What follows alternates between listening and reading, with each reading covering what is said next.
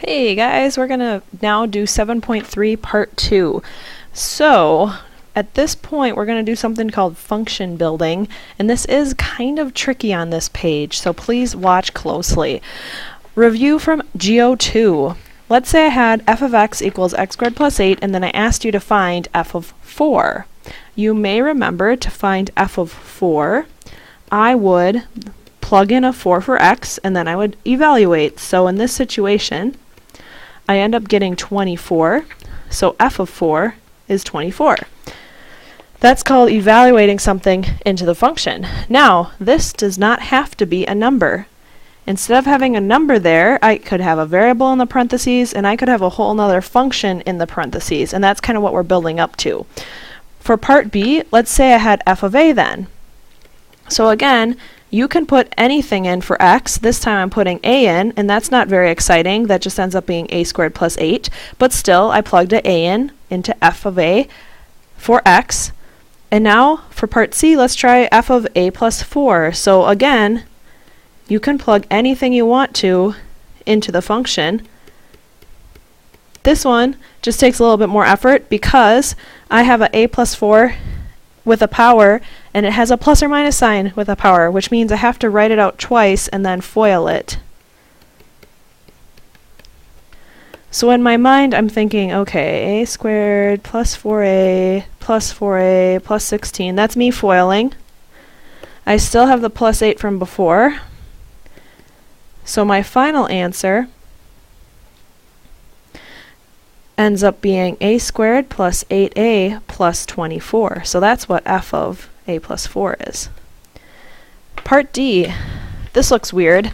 F of g of x. This is notation to show you that we want a function within a function. When you plug one function into another function, it's called a composition of functions.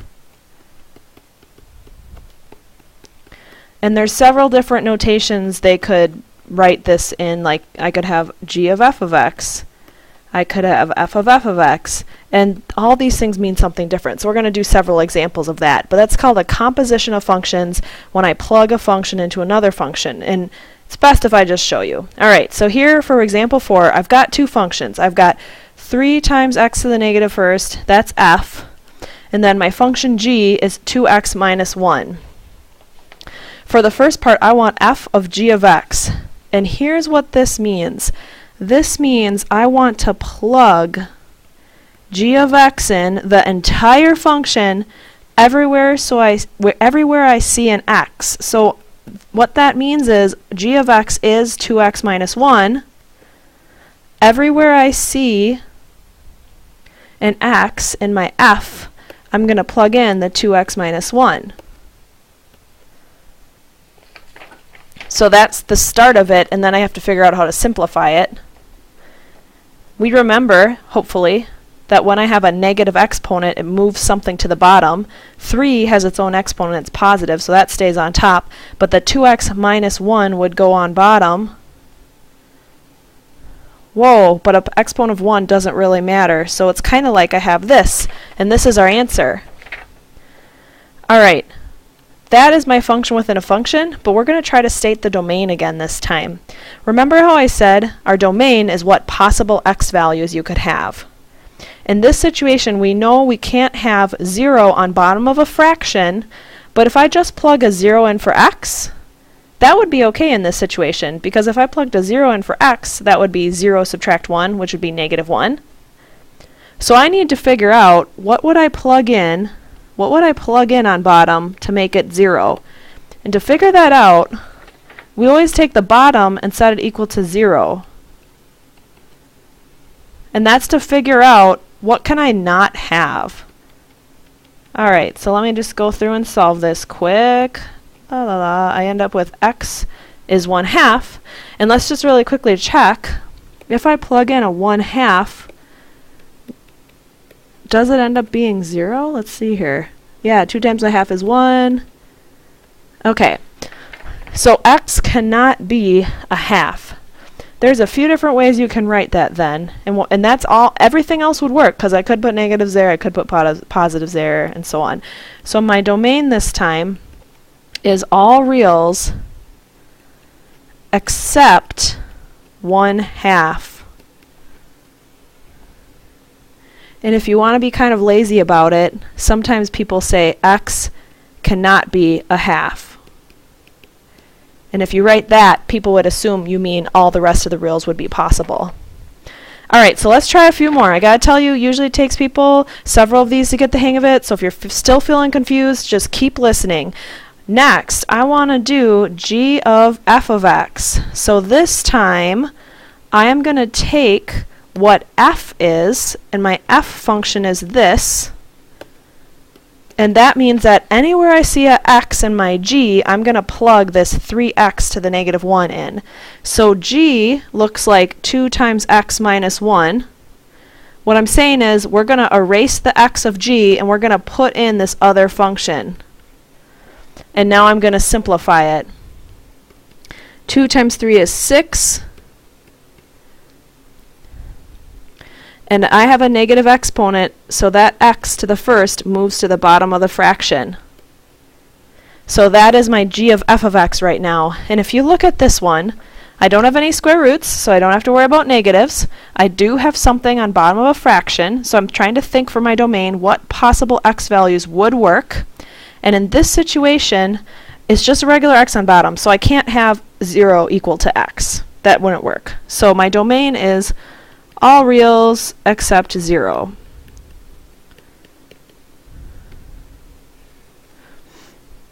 Alright, sometimes you have to do a function within itself. So my last little part here is f of x. So remember, f of x was 3x to the -1, again. And this is going to seem kind of crazy, but f of x was this. What this means is I'm going to erase my x, and I'm going to plug this function into itself. Actually, let me rewrite that so you can actually read it. So I just plugged this function into itself. Weird. Alright, so let me go through here. I have two things multiplied together in a parentheses. If it's multiplied in a parentheses, I can distribute the exponent. So right now I have 3 and then a 3 to the -1 power, and for my x, -1 times -1 is a +1. Well, that's convenient because right here, 3 to the first times 3 to the -1 is like 3 to the 0, and 3 to the 0 is just 1, so that doesn't change anything. So my answer is just x this time. I don't have any square roots to worry about, I don't have any fractions to worry about, so my possible values that I could plug into x is anything, so my domain is all reals. Alright, if you're feeling up for a challenge, pause the video and try part B on your own before looking. If you're feeling still confused, just watch. I'm going to fully explain these because I'm guessing a lot of you might still feel like you don't really know what's going on here.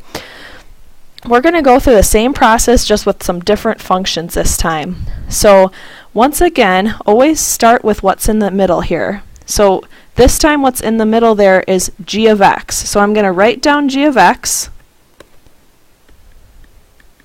And that's what I want to plug in to f. So f looks like this. And then in my mind I'm thinking, okay, erase the x, and then replace it with x squared minus 1. So let me just again rewrite that so it's easier to see. This is what I have. So again, I took the x right here and I just erased it and put in g. And now I need to simplify. So even though it has a big parentheses, it still has a negative exponent, so that moves that whole part to the bottom. And when I have an exponent of 1 now, because I moved to the bottom, that doesn't matter, so here I go. 2 over x squared minus 1. To find the domain this time, remember, we don't know, or maybe you do know just looking at it, what x cannot be, because I don't want 0 on bottom.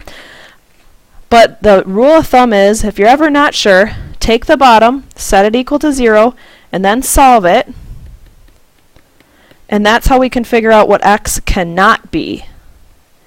Remember, if I take a square root, x could be positive or negative 1, and that makes sense. 1 squared minus 1 would be 0, negative 1 squared minus 1 would be 0. So this time my domain is all reals except 1 and negative 1. Alright, let's keep going. Find g of f of x. So again, always start with the 1 on the inside. F of x is 2x to the negative 1. I am going to plug that into g. So what I do is write down my g function. Right now, remember, the normal g function looks like this. We're going to erase what x was and plug in the new thing in the parentheses, and that happens to be f. And then I need to simplify. And again here, I've got two things multiplied together in a parentheses. So if it's multiplied together in a parentheses, you can distribute the exponent. So it's 2 squared, which is 4, times x. And then negative 1 times 2 is a negative 2 for that exponent. So here's what I end up this time with. 4 over x squared minus 1. Alright, for my domain this time, again I'm thinking about what I can't have, and I can't have x squared equals 0, solve it. Okay, this time I just can't have 0, so the domain is all reals except 0.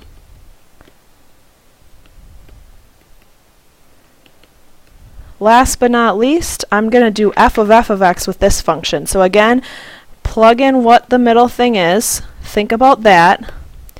Then I'm going to write down the function I'm using, which is f. I'm going to replace x with a parentheses, and then I plug this into the parentheses. And again, same situation I just had where I have something multiplied together to an exponent. So go ahead and distribute that. 2 to the negative 1, and then for this, negative 1 times negative 1 is 1 for that power of x. Alright, 2 is really like 2 to the first. So add those exponents. 2 to the 0 is 1. Final answer is x. We don't have any fractions or funky radicals, so x could be any value. So my domain this time is all reals. Great job, everybody. That is the end of 7.3.